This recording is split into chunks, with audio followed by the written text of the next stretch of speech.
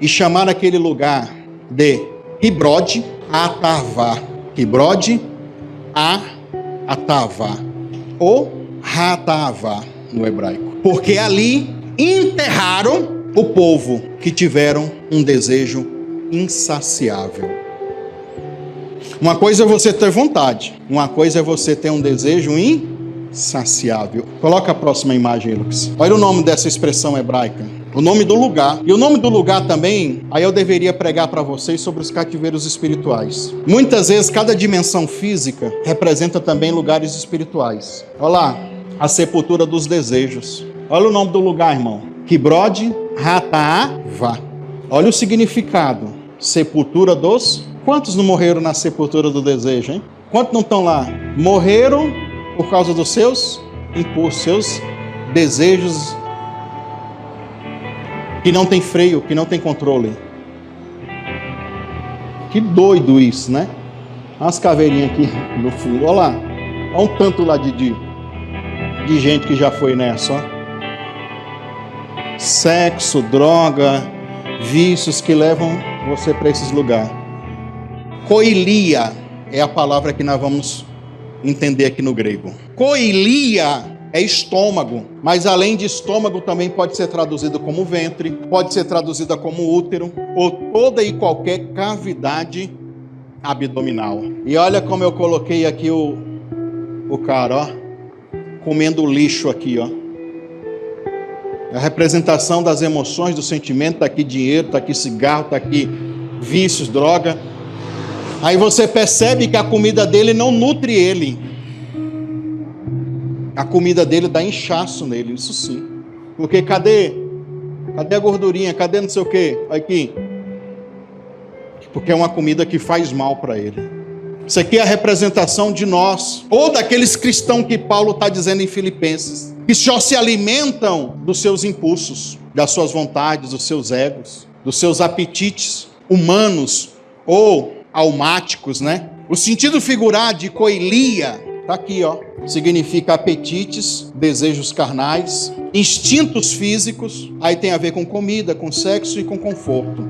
Porque tem coisa melhor que isso? Aí, comida, sexo e conforto. Pronto. Tô na bênção. A partir do momento que a sua vida se resume só nisso, que não há outra coisa, pronto, tu tá que nem esse cara aí. Ardemar é a palavra hebraica para profundo sono e é uma das habilidades espirituais proféticas que eu relato nesse livro chamado Os Sete Olhos de Deus. Você acredita que Deus fala através de sonhos? Ou você já teve sonhos que pareceu bem reais? Preste atenção na leitura onde nós encontramos essa expressão hebraica Tardemar. Gênesis capítulo 15. Ao pôr do sol, Abraão foi tomado de um sono profundo.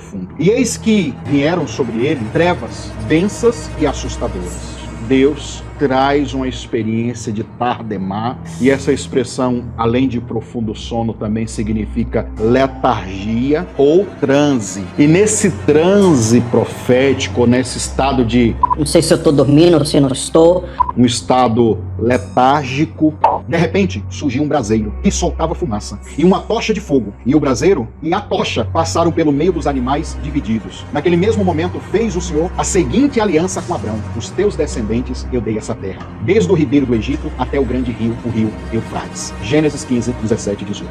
E aqui nesse livro eu abordo muitas experiências onde eu falo sobre sonhos, que essa é uma habilidade também, uma forma de Deus falar contigo. Adquire esse livro clicando aqui abaixo no link do Mercado Livre, ou você pode pesquisar também no Mercado Livre. Lá no Mercado Livre coloca assim: Sete Olhos de Deus, Eliseu Lustosa. Você acha com mais facilidade, tá? Olá, queridos, graça e paz, eu sou Eliseu Lustosa e você é muito bem-vindo aqui no canal Mensagens Proféticas para o seu dia. Eu quero compartilhar uma mensagem profética que vai falar ao seu coração poderosamente. Antes, eu quero convidar você para se inscrever no canal caso você não é inscrito, ativar aí o sininho das notificações para você acompanhar não só essa mensagem profética, mas todas que nós iremos postar aqui, tá bom? Convido você que está no Facebook, também na nossa página no Facebook, a seguir a página, e tanto quem está no YouTube como quem está no Facebook. O like, o joinha, o gostei e o seu compartilhamento.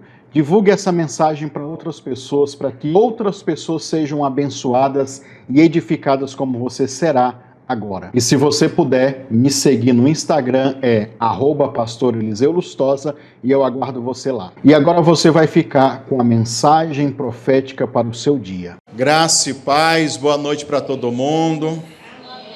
Frio foi embora, né? Quinta-feira aqui nós fechou 2 portas, deixou só uma aberta, porque o povo estava congelando aqui dentro. Goiano, né? Meu Deus do céu. E hoje já está um climinha bom também. Não está tão calor e não está também frio. Mas amém. Meus irmãos, que atmosfera boa é essa antes do culto. Para mim falar sobre um tema que tem a ver com isso, né? Um tema muito importante para a gente vai tratar com emoções aqui hoje, sentimentos, vontades, desejos. E quero convidar você a abrir a sua Bíblia então, em Filipenses capítulo 3, por favor. Filipenses capítulo 3. Enquanto você encontra Filipenses capítulo 3, eu te faço uma pergunta. O que é que você está comendo? O que você está comendo? E é lógico que eu não estou falando de algo literal, físico. Nós vamos falar sobre coisas espirituais usando essa figura de linguagem, né? E você vai ver uma triste realidade que acontece dentro das igrejas. E Paulo vai escrever aos Filipenses, traga ali para a Cleise ali, Edu. Paulo vai escrever aos Filipenses, que inclusive ele está muito triste, chorando, porque várias e várias vezes ele alerta os cristãos de Filipenses sobre o cuidado de manterem a vida espiritual boa, de manterem uma vida espiritual estabelecida em Cristo. Mas a gente sabe que ao longo do processo, que ao longo da nossa caminhada, a gente dá uma esfriada, a gente dá uma calambiada, fica meio para baixo, e isso atrapalha a nossa vida com Deus. Uma coisa é você dar uma esfriada e ficar meio assim, outra coisa é você se entregar totalmente. Você vai ver aqui que Paulo vai dizer que o negócio é tão sério que era gente, está falando para a gente que era crente, e que ainda acha que é, mas ao olhar clínico de Paulo, não. Na verdade, eles são o oposto agora. Paulo vai chamar eles de inimigos da cruz. Cruz, eu não preciso gastar nem tempo para explicar para você que cruz é morte, é renúncia, é fardo, é tomar a cruz, negar a si mesmo e seguir a Ele. E essa parte foi esquecida por esse povo aqui. Filipenses capítulo 3, vamos ler a partir do versículo 17, por favor, que diz assim, ó, essa tradução minha aqui é a King James atualizada, mas vamos lá. Ele diz assim, ó, caros irmãos, serdes meus imitadores, e prestai atenção no meu caminhar, como eu caminho, como é a minha vida, preste atenção nisso. Nós, nos caminhos, nos padrões, no comportamento, reparem isso, olhem para isso, e veja o padrão do meu comportamento, ou o padrão de comportamento que nós temos vivido. Versículo 18. Portanto, como já vos adverti repetidas vezes, olha aí, repetidas vezes, e agora, dessa vez, eu estou falando isso para vocês, com lágrimas nos olhos, chorando, triste, irmão. O apóstolo Paulo está triste, chorando. Já falei isso para vocês várias vezes, mas agora eu estou com lágrima nos olhos. Que há muitos que vivem como inimigos da cruz de Cristo. 19. O fim dessas pessoas é a perdição. Olha que tristeza. Olha que tristeza. O Deus deles é o estômago. Por isso que eu perguntei para você o que você está comendo. Porque tem a ver com o que a gente vai falar aqui hoje. O Deus deles é o estômago. E o orgulho que eles ostentam fundamentam-se naquilo que é vergonhoso, ou desprezável, desonroso. Eles se preocupam apenas com aquilo que é terreno. No entanto, a nossa cidadania é dos céus, de onde aguardamos com grande expectativa o Salvador, o Senhor Jesus Cristo, que transformará, olha aí, que transformará, é forte, irmão, isso aqui, os nossos corpos esses humilhados, tornando-os semelhante ao seu corpo glorificado, ou corpo glorioso, pelo poder que capacita a colocar tudo que existe debaixo do seu pleno domínio. Até aqui, tá bom. Olha, Paulo, ele, em Filipenses capítulo 3, ele está triste. Ele está com o mesmo sentimento que qualquer pastor, líder, ou pai ou mãe sente quando está vendo um filho perdido. E Paulo não está falando para as pessoas que já estão no mundo e não conhecem a Deus, só conhecem o mundo. Paulo ele está dizendo de pessoas que conhecem a Cristo, que outrora, em outro momento, eram cristãos fervorosos, pessoas realmente de Deus, que no meio do processo eles se perderam. Inclusive a palavra perdição pode ser traduzida como destruição. Eles se perderam. Acabou. Eles estão numa ruína moral, espiritual, de todo tipo. Porque eles fizeram do estômago deles o seu Deus. Lucas, coloca para mim a primeira imagem que está aí na sequência aí. Essa primeira imagem é o apóstolo Paulo, irmãos, triste. Temos aqui Paulo, Filipenses 3,18, o versículo que a gente leu. Ele diz, agora, repito, com lágrima nos olhos. Porque quem é que quer ver alguém se perder, irmão? Ninguém. Isso é triste.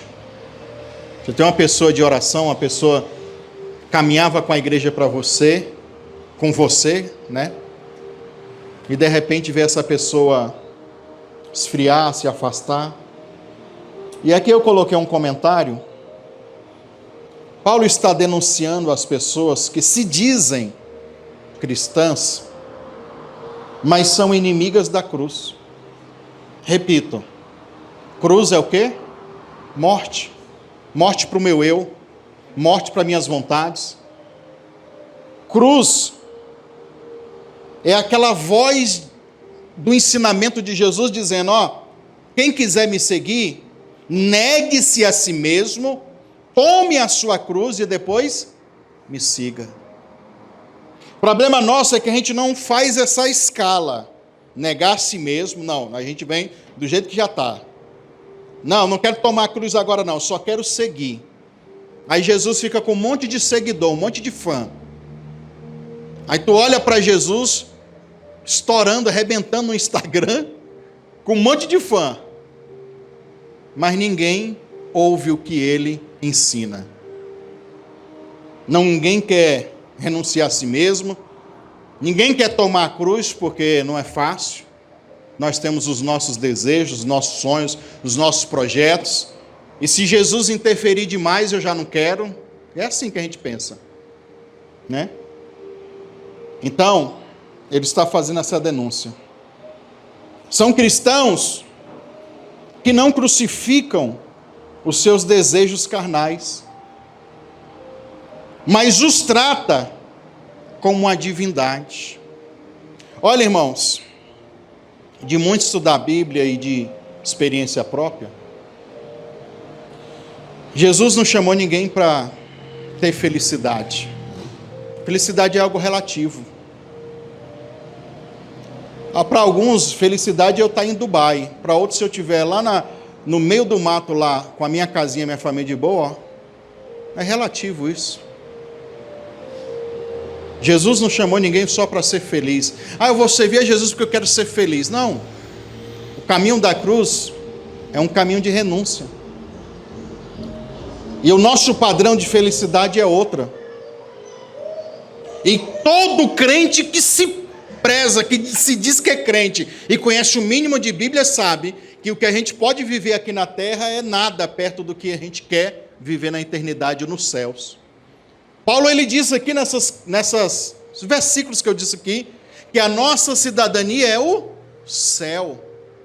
A gente sabe que a felicidade ou a alegria plena é no céu, porque Jesus foi quem disse: enquanto vocês estiverem aqui nesse mundo, é aflição, é angústia, é problema, é luta, é renunciar à nossa carne todo dia. E não é fácil isso. Não é fácil. Aí vem o humanismo disfarçado de cristianismo. Não, o importa é que você seja feliz. Eu já contei aqui para vocês várias vezes, assim, um desabafo mais ou menos. Tem dia, irmão, que a minha vontade é de ficar em casa, jogando PlayStation 4. Negócio de orar para crente, moço. Ficar pegando o pé do povo de novo. Negócio de ir para monte, de madrugada. Eu queria ficar dormindo, descansado da minha cabeça. Em tomar problema dos outros. Em ficar tentando ajudar os outros. Tem dia, irmão, que você acorda com a pá virada. Eu queria chutar o mundo e falar: para que eu vou descer, estou indo para outro lugar, porque não dá. Mas por que a gente ainda se submete? Por que a gente ainda fala: não, eu vou de novo? Porque nós não estamos mais vivendo o nosso querer, a nossa vida. Jesus disse para Pedro: Pedro, quando tu se envelhecer, tu está hoje roncando a orelha do cara, não está? Sou bravo. Pois é, quando tu estiver velho, tu vai ser levado para um lugar onde você não quer ir e vão te forçar a fazer o que você não quer fazer. E a vida é essa. A nossa vida é essa. Porque eu tenho uma plena certeza, irmão, isso é fé, de que tudo que eu preciso e quero não está nessa existência. Aqui é só um reflexo. Aqui é só uma coisinha simples. Porque aquilo que os olhos não viu, que os ouvidos não ouviu, que jamais subiu ao coração do homem, é o que está guardado para a gente. Eu quero chegar lá naquele dia e falar assim para você que vai também. Falar assim: não valeu a pena, não valeu, irmão? Valeu a gente ir para o monte, a gente orar, ir atrás de crente chato que não quer nada com Jesus, não valeu? Valeu! Onde a gente está hoje? Só que esse povo aqui de Paulo, eles não suportaram, eles não perseveraram, eles estão tratando os seus desejos, as suas vontades, a sua suposta felicidade, de quê? Tratar como um Deus. uma divindade. Em vez de serem adoradores de Deus, em vez de servirem a Deus, servem os seus próprios impulsos.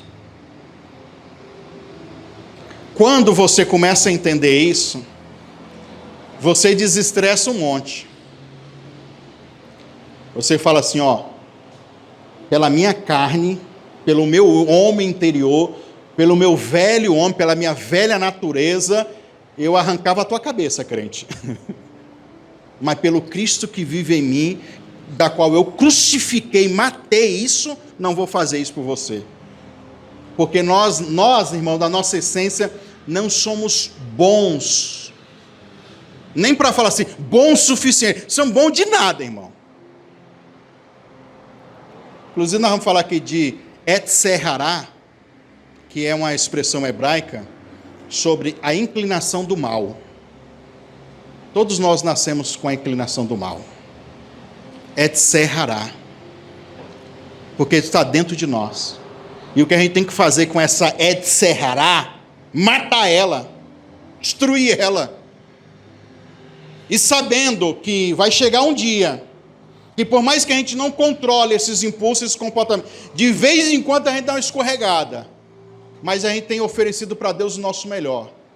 Vai chegar uma hora, como Paulo disse aqui aos Filipenses, esse corpo teimoso, chato, que em vez de estar querendo orar, está querendo dormir, negócio de enjoar, eu vou comer uma comida bem gostosa, esse corpo vai ser substituído por um corpo de glória. Coloca a próxima imagem, hein, Lucas? Koilia é a palavra que nós vamos entender aqui no grego. Koilia é estômago, mas além de estômago também pode ser traduzido como ventre. Koilia, essa palavra grega, pode ser traduzida como útero, ou toda e qualquer cavidade abdominal. E olha como eu coloquei aqui o cara, ó, comendo lixo aqui, ó. A representação das emoções, do sentimento, está aqui dinheiro, está aqui cigarro, está aqui vícios, droga. Aí você percebe que a comida dele não nutre ele. A comida dele dá inchaço nele, isso sim. Porque cadê a gordurinha? Cadê não sei o quê? Aqui. Porque é uma comida que faz mal para ele. Isso aqui é a representação de nós, ou daqueles cristãos que Paulo está dizendo em Filipenses, que só se alimentam dos seus impulsos, das suas vontades, dos seus egos, dos seus apetites humanos ou almáticos, né? O sentido figurado de koilia está aqui, ó. Significa apetites, desejos carnais, instintos físicos. Aí tem a ver com comida, com sexo e com conforto. Porque tem coisa melhor que isso? Aí, comida, sexo e conforto. Pronto. Estou na bênção. Hein? A partir do momento que a sua vida se resume só nisso, de se alimentar desse lixo, e achar que não há outra coisa, pronto, tu está que nem esse cara aí. Porque todas essas coisas aqui são fundamentais, é necessário, mas quando a gente ultrapassa os limites, se torna pecaminoso, se torna maligno e é passível para mim e para você de morte espiritual. O controle, irmão, o equilíbrio dessas coisas. Quando a gente perde o equilíbrio, acontece aí. Olha aí, como é que está o estado desse cidadão aí. Então, koilia, na filosofia grega, nós vamos falar um pouquinho de história aqui, na filosofia grega, irmãos, entre os estoicos e os platônicos, que são dois pais da filosofia grega, ventre ou koilia simboliza os desejos inferiores. Agora eu vou falar para vocês, desejos inferiores, esses aqui que estão na barriga, porque são os desejos mais baixos, menos nobres, mais pobres, ou mais perto da terra, porque tudo que está perto dos nossos pés está mais perto da terra, mais terrenos. Está entendendo?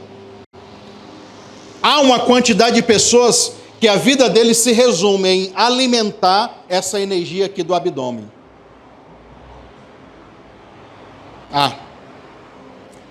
Um exemplo clássico para todo mundo já entender.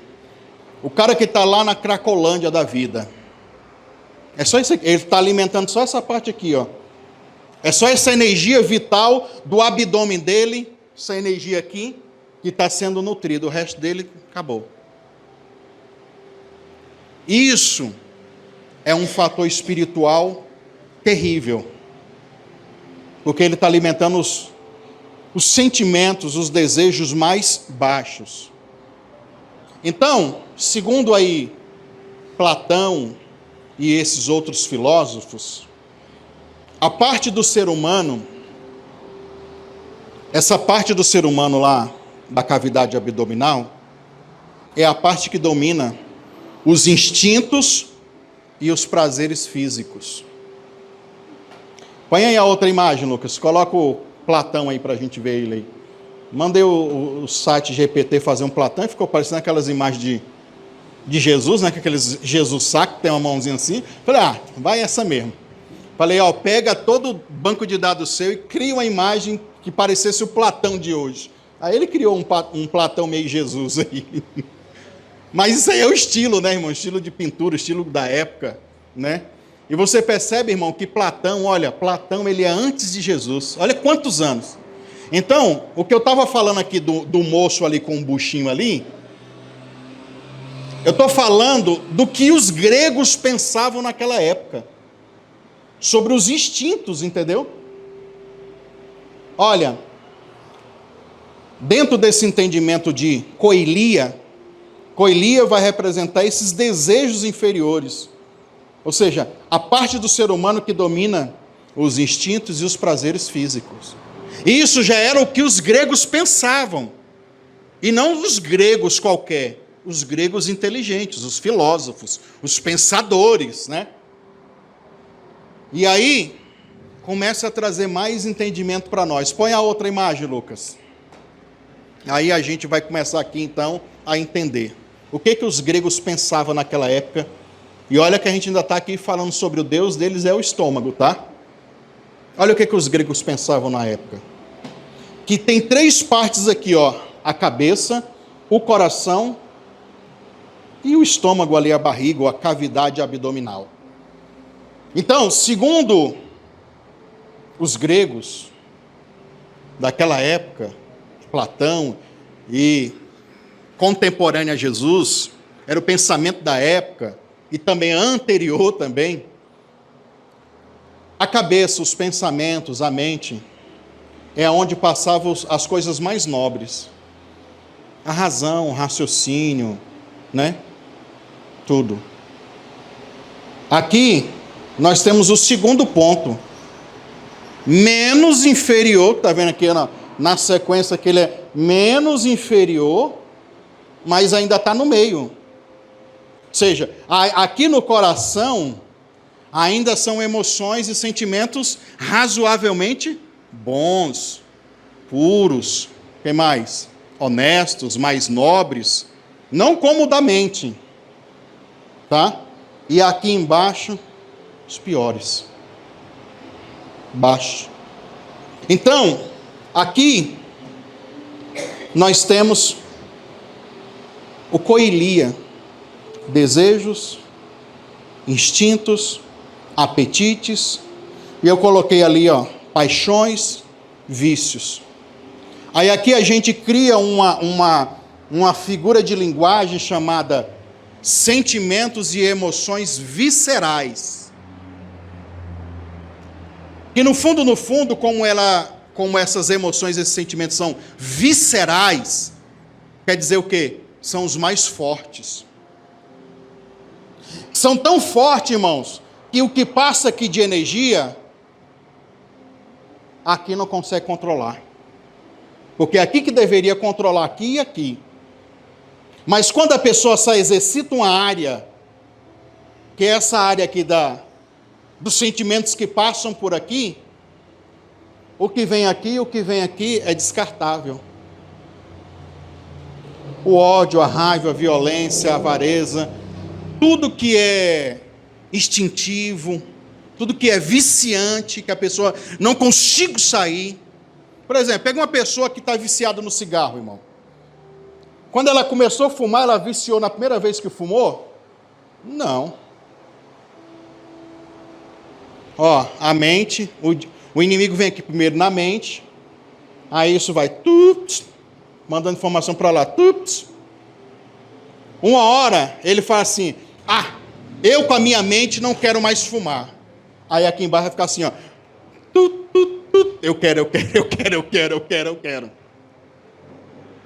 Aí vai chegar uma hora que vai incomodar tanto aqui em cima na tua cabeça que tu cede.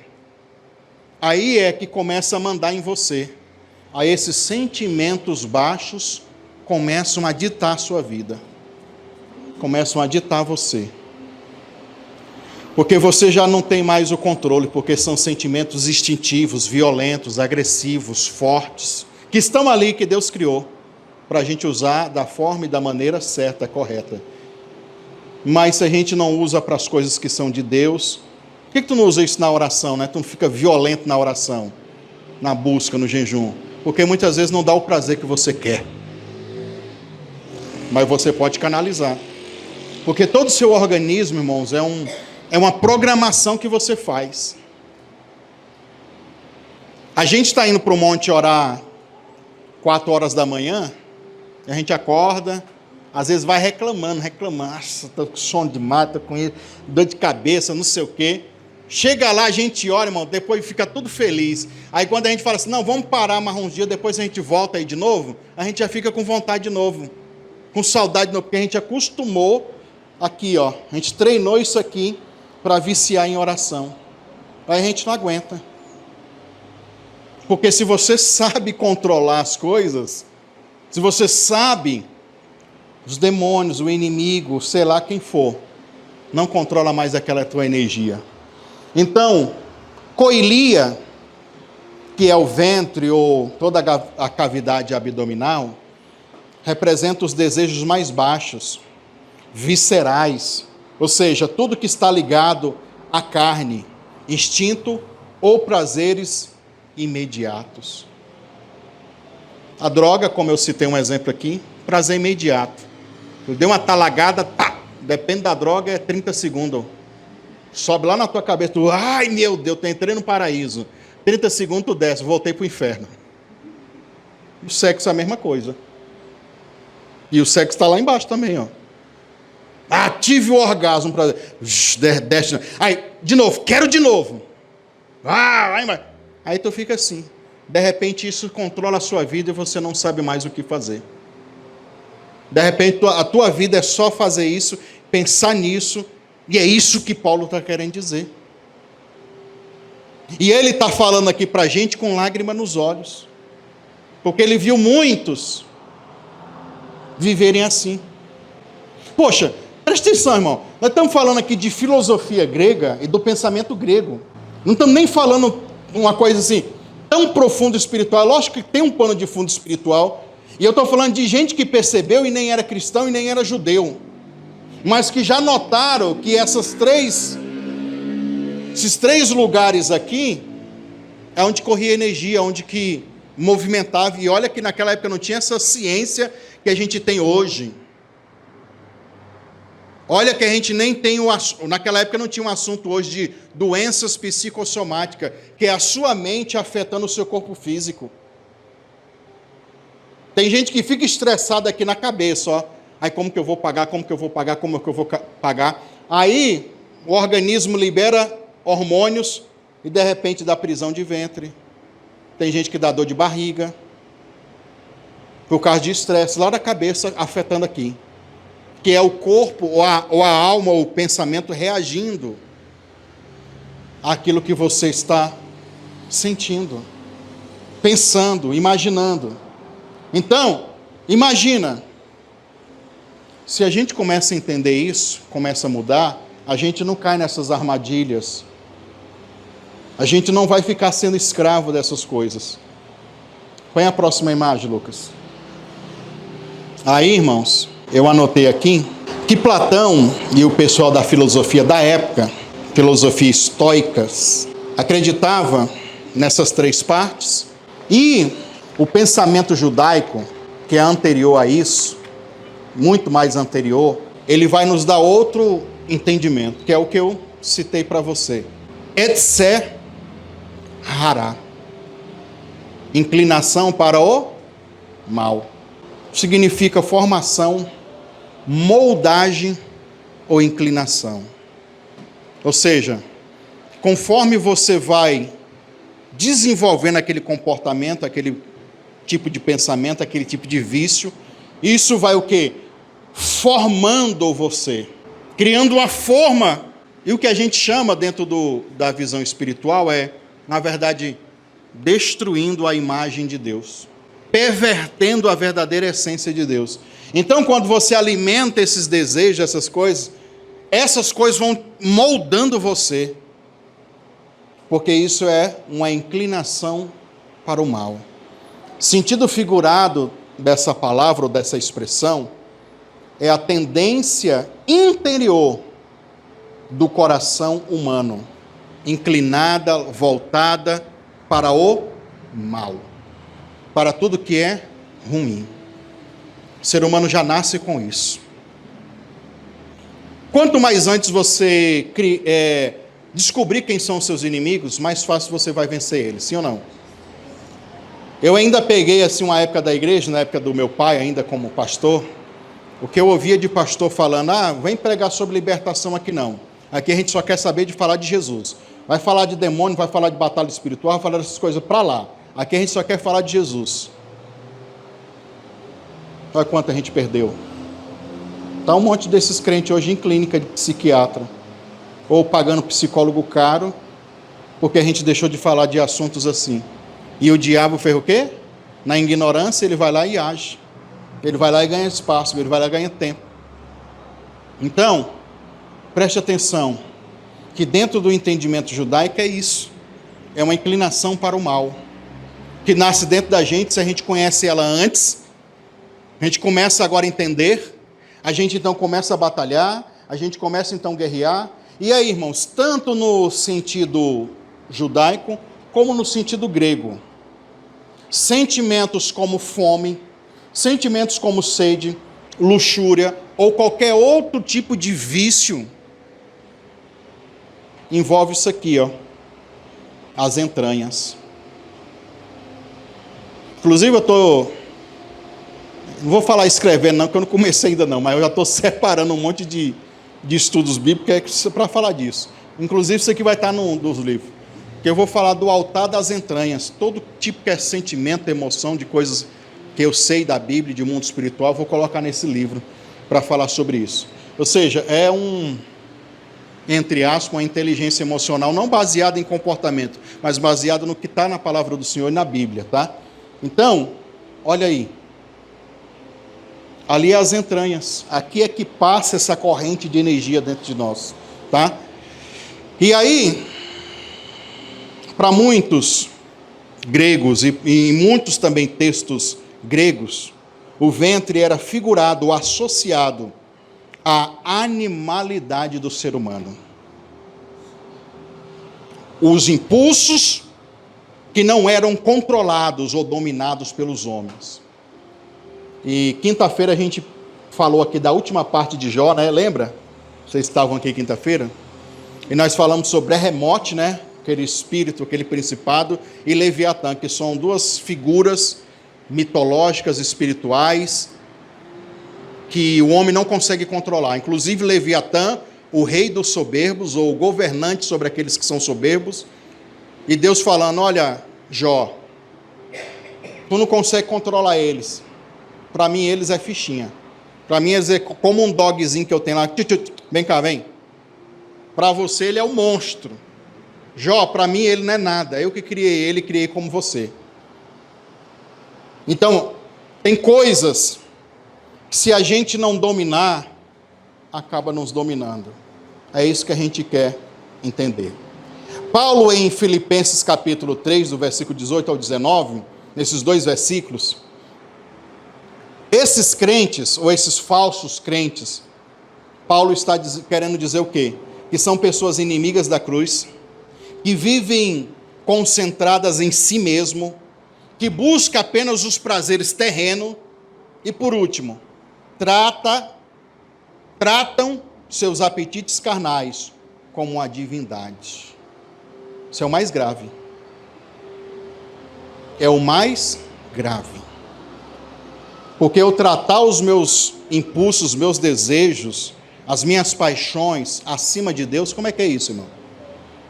Você pode me explicar como é que é isso? Não, em vez de orar, eu vou, cultuar minha carne, fazer a minha vontade. Em vez de ir para a casa do Senhor, não, vou me render à preguiça, à passividade. Não, em vez de eu estar estudando a palavra, vou ver coisa que não vai me edificar. Quantas vezes a gente perde por causa disso? E a gente perde consciente. Também não estou aqui para dar lição de moral para ninguém, irmão. Eu também tenho essas falhas, eu também tenho as mesmas tendências pecaminosas que você tem, eu tenho, talvez piores que a sua. Ou talvez você está em alguma área, porque o ser humano é assim, para você o que às vezes é fortaleza, para mim é fraqueza. Talvez o que é fraqueza para você, para mim é fortaleza. Então não dá nem para julgar todo mundo aqui como iguais, não. Então, o que a gente deve fazer? Ah, não, eu vou agora cultuar o vitimismo. Ah, coitadinho de você. Meu Deus do céu. Não, irmão. A mensagem do Evangelho, a mensagem de Cristo é uma só. Mata isso. Crucifica isso. Arranca isso de você. Se for necessário, faz isso. E custe o que custar. E aí, eu anotei aqui no meu esboço também, não vou ler o versículo todo, só a parte que me interessa, para a gente ver outras coisas aqui, que em Romanos 16, versículo 18, o finalzinho do versículo diz assim, não servem a Cristo, mas o seu próprio ventre. Coelia a palavra de novo. Esse tipo de pessoa não serve a Cristo, ele serve o seu próprio ventre. Parecidíssimo como Filipenses, né? Bem parecido. 2 Timóteo, capítulo 3, versículo 4, diz assim, amantes dos prazeres, mais do que amigos de Deus. Amantes dos prazeres, mais do que amigos de Deus. Não vou para a oração, não vou não sei o quê, porque vou ver bem na hora do culto, pastor, o meu time vai jogar. Uma vez ou outra tu fazer isso, não tem problema. Sempre. Não, vou sair para não sei o quê. Na hora da oração, na hora das coisas de Deus, que eu estou dizendo para você que são as coisas que a gente tem menos tempo para fazer às vezes. É ou não é? A gente rala, trabalha, faz um monte de coisa. Aí de você assim, não, eu tenho, no meio da semana, lá na igreja Calvário, tem um culto só por semana. Tá, eu vou me esforçar para ir, mesmo que eu chegue cansado do serviço, eu vou. As 2 horinhas que eu vou passar lá, eu vou dedicar. Porque 2 horas maratonando na internet, eu assisto assim, ou na rede social, a gente vê rapidão. Não, mas essas 2 horas para Deus, eu vou dar o meu melhor. Não vou dar o meu melhor. Essas 2 horas é a hora que o Goiás e o Vila estão jogando. Não dá, pastor.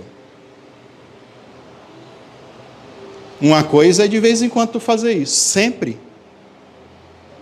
Não sei que evangelho que tu está vivendo, sei que cristianismo é isso. Cada um.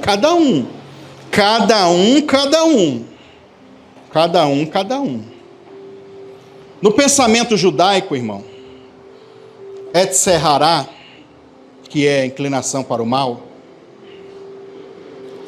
a tradução judaica reconhece como impulsos inferiores, geralmente associados à carne, ao instinto básico do ser humano. Etserhará, que é inclinação para o mal. Existem algumas passagens bíblicas, não a expressão completa, Etserhará. Porém, essa palavra etser que vai ter o significado de formação, de moldagem, de inclinação, sabe onde é a primeira vez que ela aparece? Num cenário que é justamente o que eu estou falando para você. Gênesis capítulo 6. E o que está acontecendo em Gênesis capítulo 6, meus irmãos? Noé construindo a arca. E o povo só ripa na chulipa o dia todo, enchendo a cara, e fala, Moisés, esse Noé está louco, que negócio que o mundo vai acabar, vamos... A Bíblia diz que eles estavam só pensando em casar e se dar em casamento, festa, balada, vida boa e curtição sem fim. Quando de repente foram pegos. E lá o versículo, irmão, o texto vai trazer informações para a gente. O seguinte: e viu o Senhor que a maldade do homem se multiplicava na terra, e toda a imaginação dos seus pensamentos e do seu coração era má continuamente. Má continuamente. Imaginações e pensamentos do seu coração. E etc. A inclinação era má continuamente. E você sabe o que aconteceu? Dilúvio veio e afogou todo mundo. O juízo de Deus veio e a casa deles caíram. E este versículo é uma base bíblica e também dentro de um conceito rabínico de que Deus estava julgando o impulso do mal dentro do ser humano. É o desejo mais baixo, mais inferior, é a corrupção moral. E olha que nós estamos falando sobre o Deus que é o nosso estômago. E eu perguntei no começo, o que você está comendo? É o que você está alimentando-se. Quando você ouve música, você está se alimentando do quê, irmão? Quando você assiste séries, você está alimentando o quê? Quando você acompanha os influencers da vida aí, o que eles estão te dando de alimento abstrato, espiritual, moral? Porque a maioria que eu vejo é só futilidade e promiscuidade. Os crentes, os cristãos sérios, as pessoas boas, é sem graça, porque vai falar da palavra de Deus. Porque o que a gente quer ver é a bagaceira. Você entendeu que o Etserrará já está entendendo de nós. A inclinação para o mal, é isso que a gente gosta. É isso que a gente quer normalmente. Eu vou ficar alimentando essa fera dentro de mim? Eu vou ficar alimentando essa besta dentro de mim? Eu vou ficar alimentando essa animalidade dentro de mim? Ou eu vou, dia após dia, matar ela? Uma das estratégias para você matar algo, irmão, é não alimentar. Se você não alimenta, por mais que nos primeiros momentos, vai te dar uma abstinência. Ai, meu Deus! Eu já contei o testemunho do meu pai. Meu pai nem era crente na época, ele contava para a gente. E minha avó, no caso a mãe dele, levou a minha mãe, que recém-casada com ele, para um terreiro de Umbanda. Chegou lá, uma entidade chamada Dois de Ouro e Cibamba manifestou nos médium lá, os pais de santos lá. E aí, minha avó católica macumbeira, é assim que era, entendeu? Ia para a igreja católica, fazia as rezas, procissão, sem tudo, mas também estava na macumba, olha que bênção. E aí, chegou lá, ela foi pedir uma bênção, né, para o meu pai. E a entidade, então, chamada Dois de Ouro, falou assim para ela, ó, fala para aquele negão, que é eu que ando com ele, quando ele está jogando e quando ele está bebendo, é eu que ando com ele. E meu pai era viciado em jogos de aposta, tinha aquela sinuca, tinha todos aqueles trem apostado que o povo dava vida, eu estou falando de, sei lá, 60 anos atrás, que não tem hoje os cassinos que tem aí, que é a mesma influência espiritual. Mas isso é outro assunto. E a bebida alcoólica. Ele disse que o jogo foi de boa, deixou, mas ele disse que a bebida alcoólica para ele foi difícil. Mas quando a mãe dele chega então e fala, olha, eu fui lá e o Espírito falou isso, ele falou, o quê? Quem manda em mim sou eu. Nem crente era, ó. Quem manda em mim sou eu. Então é ele que está fazendo isso. Nunca mais vou beber, ele falou. Decisão própria. Estou nem falando de que fez jejum, oração, decisão própria. Mas ele disse que foi um vale tão grande, uma dificuldade tão grande, que ele disse que tinha dia, aquele mestre de obra, ele viu os serventes, os pedreiros lá dele trabalhando, e o cara, ele disse que uma vez o cara derramou uma cerveja no chão e viu aquele cheiro, ele disse que deu vontade de lamber o chão. Ele não vou beber. Ele disse que aquele cheiro assim veio assim tão, que ativou ele, que ele disse, eu queria lamber o chão, beber lá do chão. Aí ele disse, eu não vou. Você vê que o ser humano em si mesmo, mesmo sem, entre aspas, a atuação do Espírito Santo, ele tendo o poder da decisão na mão dele, ele consegue vencer essas coisas. Ainda mais com Deus, ainda mais com oração, ainda mais com Jesus, ainda mais com pessoas te ajudando. O caminho é bem mais curto, irmão. E olha, em Números, capítulo 11, versículo 4 diz assim, ó. E a população, todo o povo que estava no meio deles, tiveram um grande desejo. E que desejo é esse? Eu vou falar para você agora. E tornaram os filhos de Israel a chorar. Olha que loucura. Por que eu estou contando esse exemplo do meu pai? Porque é isso aqui que vai acontecer. Eles começaram a chorar para Deus, pedindo, sabe o que, irmão? Queremos comer carne. Chorando, abstinência total. O povo no deserto, chorando, um desejo muito grande despertou neles, e eles querendo comer carne. Aí lá no versículo 34, diz assim, e chamaram aquele lugar de Quibrode Atavá. Quibrode Atavá.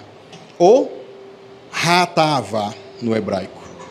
Porque ali enterraram o povo que tiveram um desejo insaciável. Uma coisa é você ter vontade. Uma coisa é você ter um desejo insaciável. Um vício. Olha o vício aqui. Representado espiritualmente. O desejo insaciável. Coloca a próxima imagem aí, Lucas. Olha o nome dessa expressão hebraica. O nome do lugar. E o nome do lugar também, aí eu deveria pregar para vocês sobre os cativeiros espirituais. Muitas vezes, cada dimensão física representa também lugares espirituais. Olha lá, a sepultura dos desejos. Olha o nome do lugar, irmão. Quibrode Ratavá.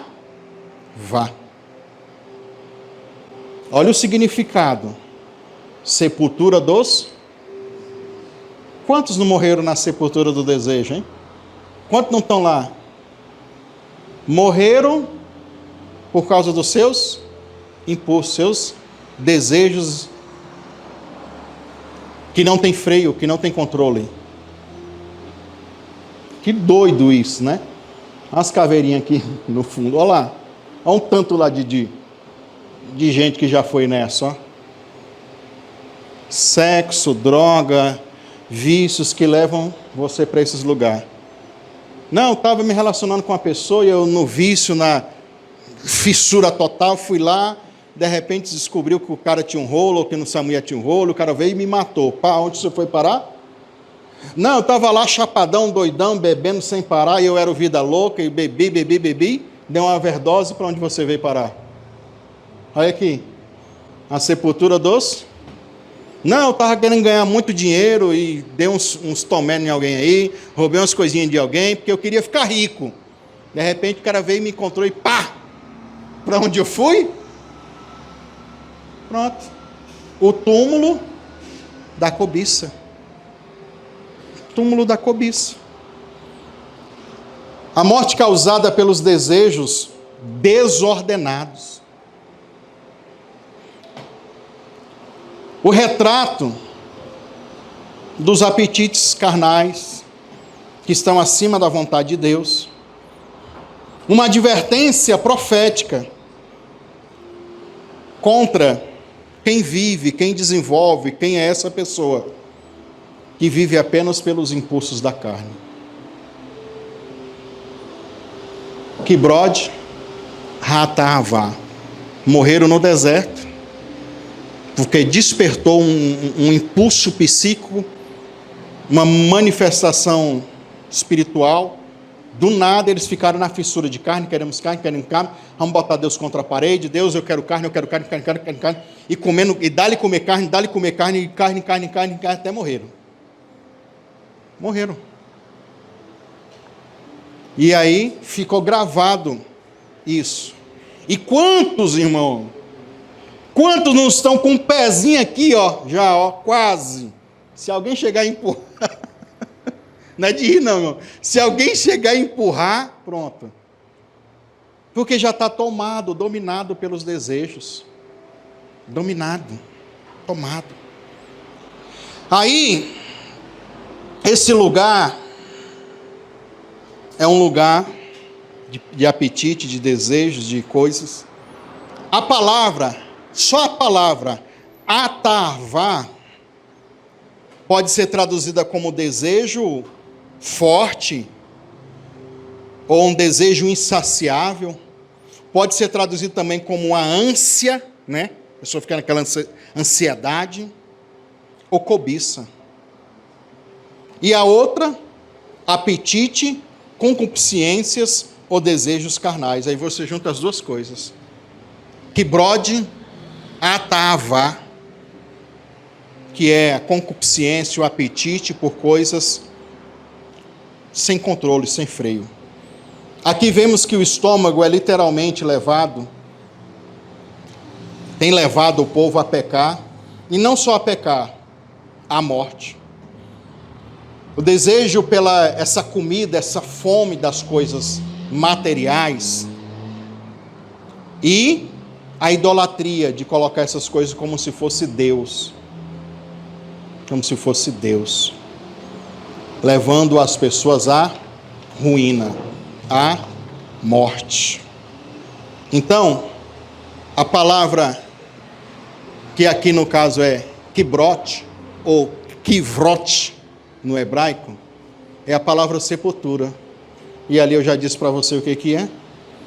Então é a sepultura dos desejos. Eu anotei aqui também que esse nome é exatamente um símbolo que representa, primeiro, a morte causada por esses desejos, esses impulsos, resultante dos apetites carnais que estão acima do que Deus tem para a gente, e uma amostra, um símbolo, uma representação de como eu não tratando esses desejos, essas coisas que saem do meu controle, pode me levar a uma morte. Aí, você como inteligente que é, faz uma aplicação espiritual e, sei lá, qualquer área da sua vida. Quantos já não estão nessa morte aqui? Vida amorosa. Quantos já não estão dentro dessa sepultura aqui, só que só financeiramente? Quantos estão nessa sepultura aqui, ministerialmente e assim sucessivamente? Porque não foram levados pela vontade de Deus, foram levados pelo seu apetite carnal, desordenado, a loucura, de querer ter o que não era para ter, nem no momento que deveria ter. Não esperaram aquela famosa, vamos esperar a vontade de Deus para a gente. Não esperam. Porque eles são ansiosos. Não, queremos carne agora. Meu eu. Uma vez uma pessoa chegou para mim, pastor, quanto tempo vai demorar o meu processo de libertação? Sei lá, irmão, pode durar a sua vida toda. Ah, então, eu vou ficar vindo para a igreja até quando? Volta para o boteco, praga, vai para lá. Se lá estava bom, por que tu veio me procurar? Porque tem gente que acha que Deus é um garçom para ele ou para ela, entendeu?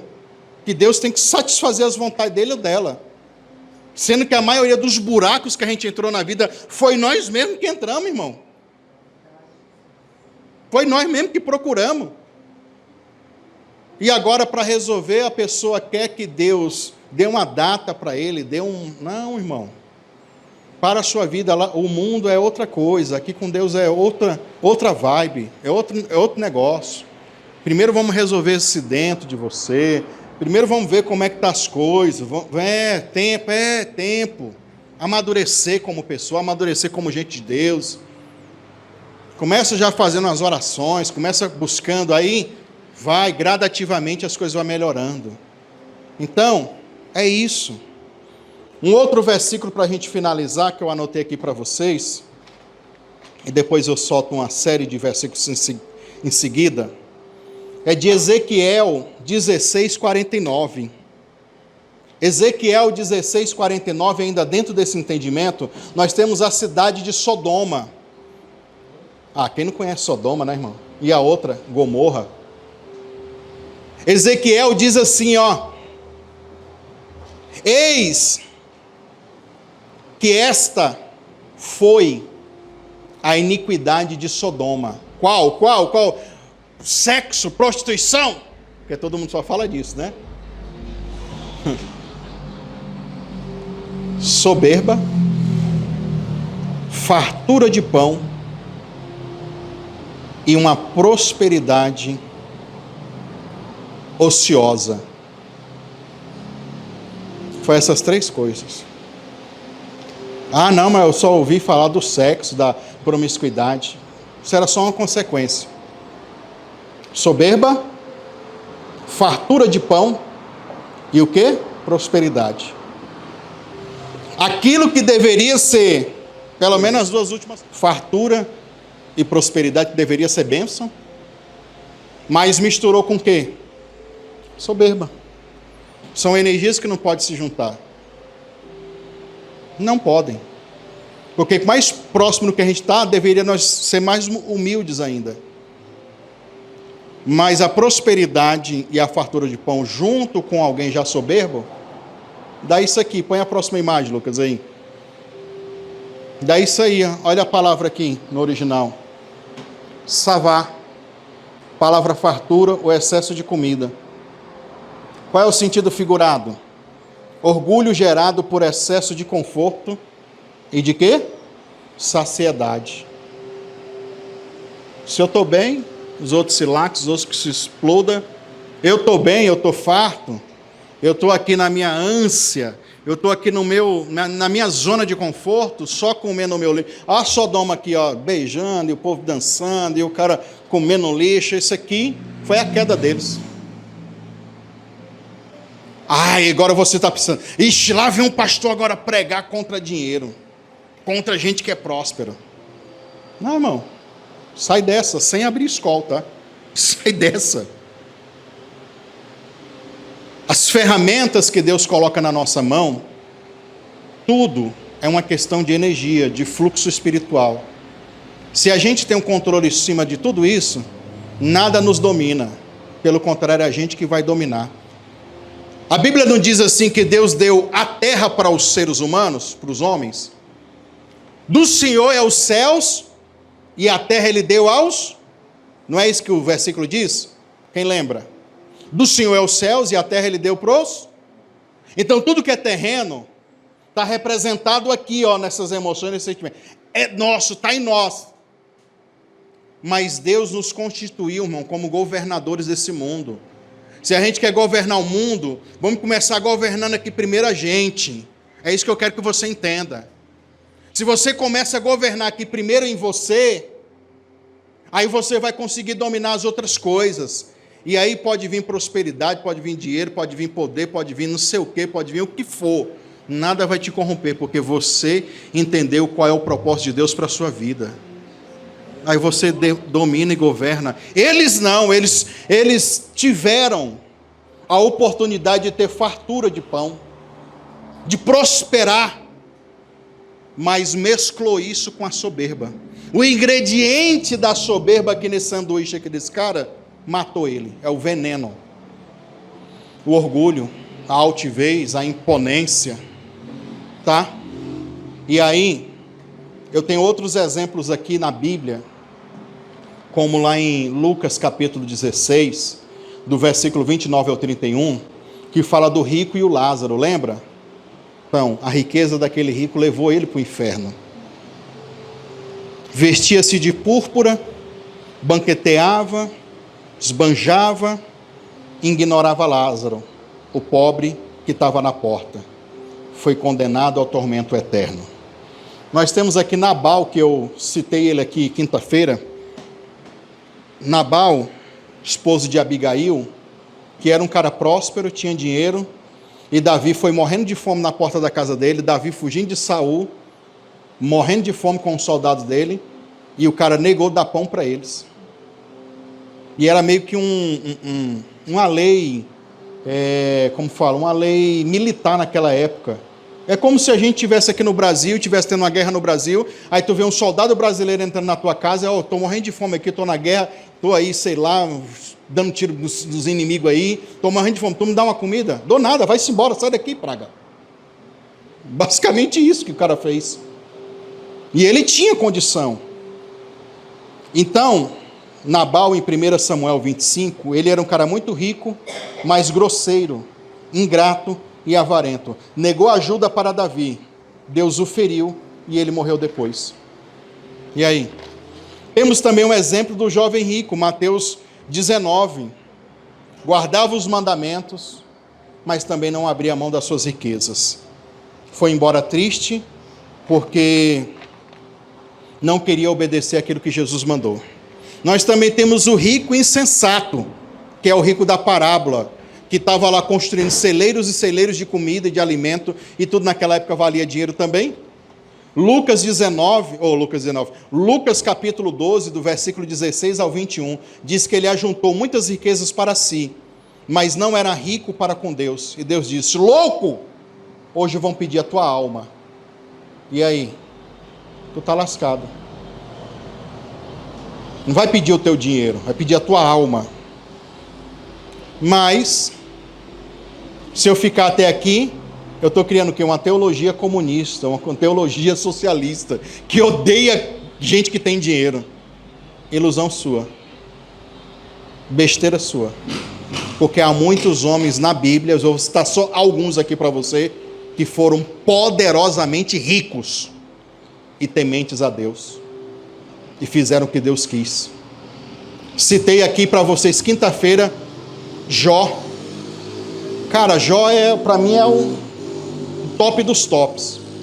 Quinta-feira eu ainda disse para vocês aqui que Jó, ele estava tão fora da curva porque Jó é contemporâneo a Abraão, tá ligado? Você está entendendo? E nem tinha a Torá escrita ainda. Deixa bem claro no capítulo 42 de Jó, que Jó ele deixa herança. Jó ele deixa herança para as 3 filhas dele. Para um judeu isso, irmão, não dá para deixar herança para mulher, não. Mulher que quiser, que casa e arruma um marido rico para ela ter dinheiro. Jó não, Jó deixou dinheiro para as filhas também. Cara rico, próspero, e era o mais rico da sua época. E quem foi Jó? O cara que deu show aí para a gente do que é passar sofrimento, perder tudo e ainda ficar crendo em Deus e depois ser restaurado. Também temos o exemplo de Abraão, dispensa palavras. Também nós temos o exemplo de José do Egito, que começou lá pobrezinho, todo mundo conhece o José, pobrezinho, os irmãos perseguiram ele, destruíram ele, acabaram com a vida dele, ele foi se reerguendo, se tornou um homem muito rico. Ficou soberbo?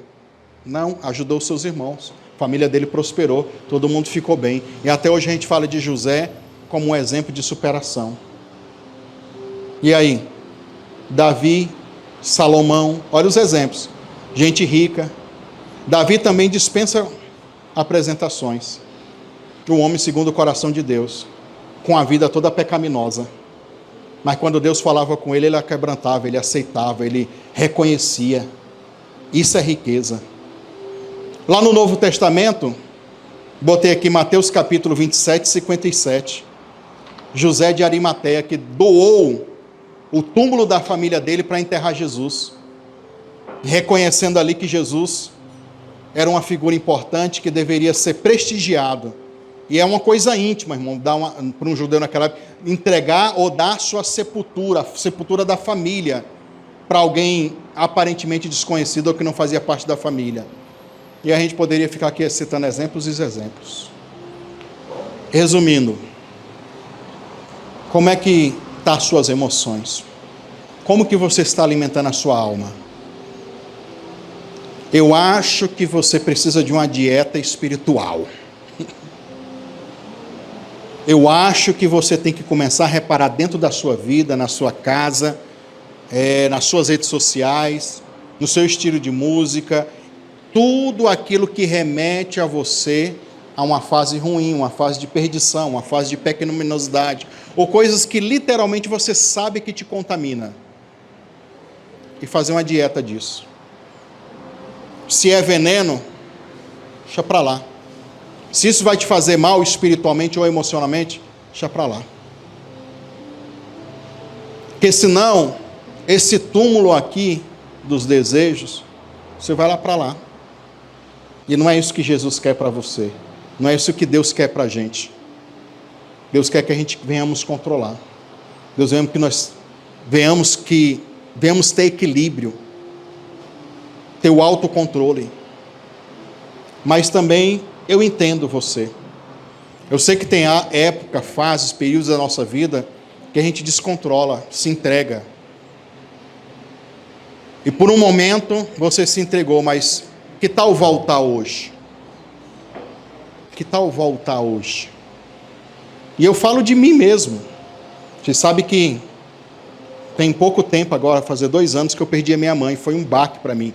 Porque eu perdi a minha mãe do nada, com aquela enfermidade maligna que apareceu, e ao mesmo tempo eu passei uma crise financeira das mais terríveis da minha... 2 pancadas ao mesmo tempo. E eu que estava naquele processo de emagrecimento, a maioria de vocês me acompanhou, voltei tudo, me entreguei, falei, não quero saber mais de nada também não.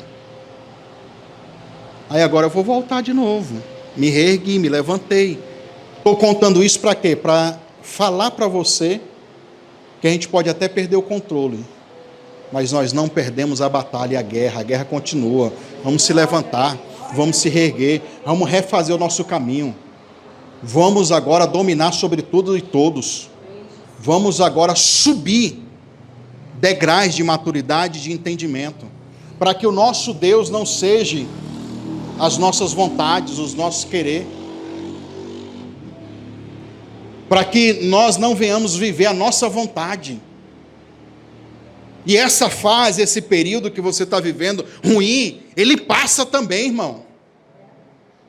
Só basta você crer, permanecer firme. O negócio é não se entregar por completo. E aí você vence. Coloque-se de pé no seu lugar aí. É muita informação para ingerir, alimentar de uma vez só, né? Mas eu desejo do fundo do meu coração que você aprenda a alimentar o seu espírito e a sua alma de coisas boas. Para que você não vá para aquele túmulo ali, das cobiças, dos desejos. Se há um lugar que você tem que evitar ir, é para esse lugar.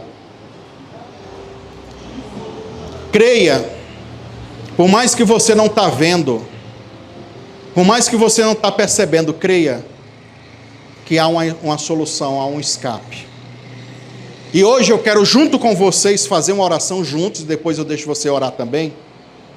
E nessa oração que a gente vai fazer aqui, repetindo, nós vamos pedir a Deus, pedir ao Espírito Santo, que remova qualquer sentimento, pensamento, atitude, comportamento vicioso que está fora do nosso controle, que a gente perdeu o controle, para que o Espírito Santo nos ajude a vencê-lo. Você encontra o apóstolo Tiago dizendo assim, ó, resistir o diabo e o diabo fugirá de vós. A palavra resistir no original também pode ser traduzido como lutar, guerrear, lutar contra ele. É uma luta mesmo, é uma guerra. Inclusive a palavra resistir vem de resistência, vem de você aguentar pancada. Então resistir o diabo é aguentar essa fase difícil, essa fase complicada, essa fase onde as coisas não estão boas. Mas Jesus pode nos ajudar, porque Ele venceu. Se Ele venceu o diabo e Ele está conosco, nós também iremos vencer. Coloca uma das suas mãos assim na sua barriga, como nós aprendemos aqui hoje. Não é os sentimentos mais baixos, é onde Deus vai tocar. Se alguém na hora da oração sentir uma ânsia de vômito, um mal-estar, uma tontura, qualquer coisa assim, não se preocupe, qualquer coisa você senta, tá? Porque Deus vai mexer nas suas emoções hoje. Deus vai quebrar esses vícios hoje. Ainda mais se você entendeu e absorveu essa palavra, eu quero dizer para você que o Espírito Santo, Ele está aqui para te ajudar. Essa pregação não é para te condenar e dizer que você é um miserável, que você não vai vencer, que você está destinado ao fogo do inferno. Não, irmão, pelo amor de Deus. Não, Jesus te trouxe aqui para tu se levantar, para tu se erguer, para tu mudar de vida, para tu sair dessa fase difícil. Diga assim comigo, Senhor Jesus, neste momento, eu quero agora me apresentar diante de Ti e te pedir, Senhor, que o Senhor toque agora o meu ventre espiritual, o meu estômago espiritual, porque eu quero hoje jogar fora, vomitar todo o lixo espiritual que eu usei de alimento. Senhor, tudo aquilo que eu tenho nutrido como uma compulsão, como um vício, do qual eu não consigo mais controlar, não consigo mais, porque eu perdi o controle. Eu quero agora que o Senhor toque-me e remova tudo aquilo que alimenta e nutre esses sentimentos baixos, podres, que há dentro da minha alma. Senhor, remove agora todo esse lixo espiritual, se essa inclinação para o mal está mais forte do que a vontade de te adorar, de estar contigo. Eu declaro agora que esse Deus que eu coloquei no teu lugar, Ele é agora destronado. Saia do seu trono, porque o lugar aonde o meu Deus, Jesus Cristo, vai se assentar, e se assentar é governar, é residir, é morar em mim. E eu não aceito mais essas forças negativas me levarem a tomar atitudes das quais eu sei que desagradam a Deus. Eu sei que são venenosas para a minha alma, para o relacionamento, para a minha vida financeira, profissional. Eu sei que são venenos para a minha saúde espiritual, emocional e até mesmo saúde física. Eu sei que isso não é bom para a minha família. Senhor Jesus, eu quero agora jogar fora este lixo espiritual e declaro agora, Senhor, tu tens permissão de limpar a minha alma e o meu ventre espiritual de todo esse lixo, toda compulsividade, vícios, prostituição sexual, drogas, libertinagens, tudo aquilo que eu estou nutrindo de amargura, de ódio, de raiva, de desejo, de sangue. Senhor, tudo aquilo que eu estou nutrindo de ciúmes, de inveja, de sentimentos, de competições. Senhor, tudo aquilo que eu me alimentei e hoje na minha vida está gerando uma má digestão.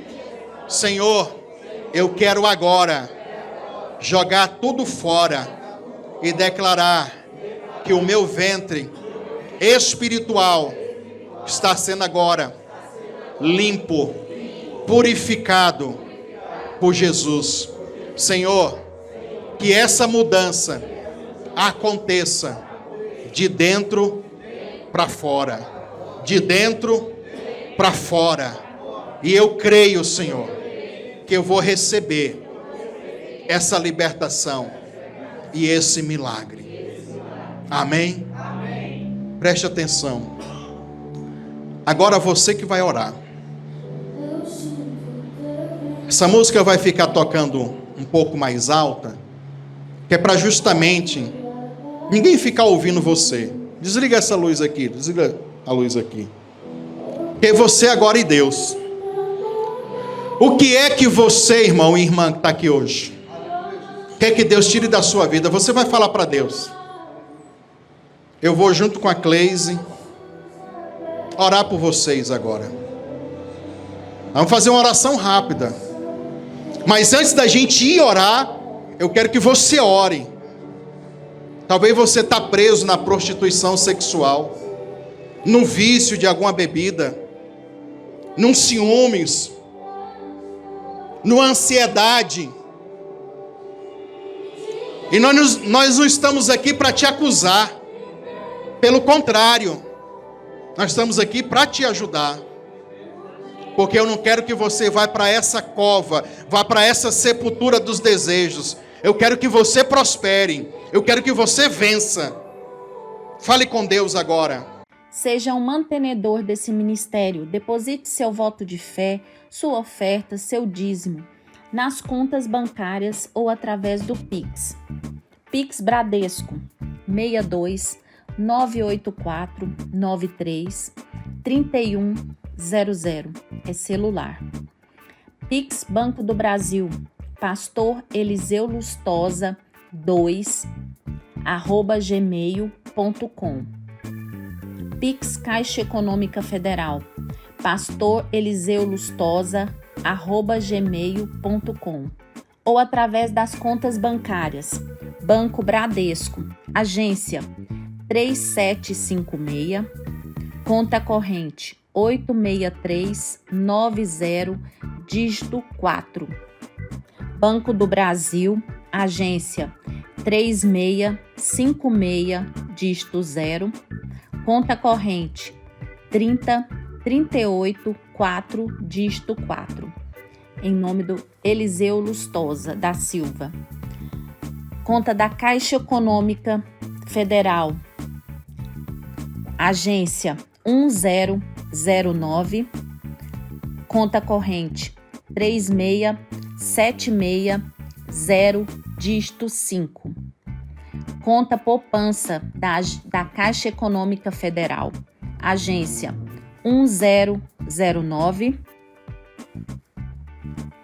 conta poupança 73442, dígito 3.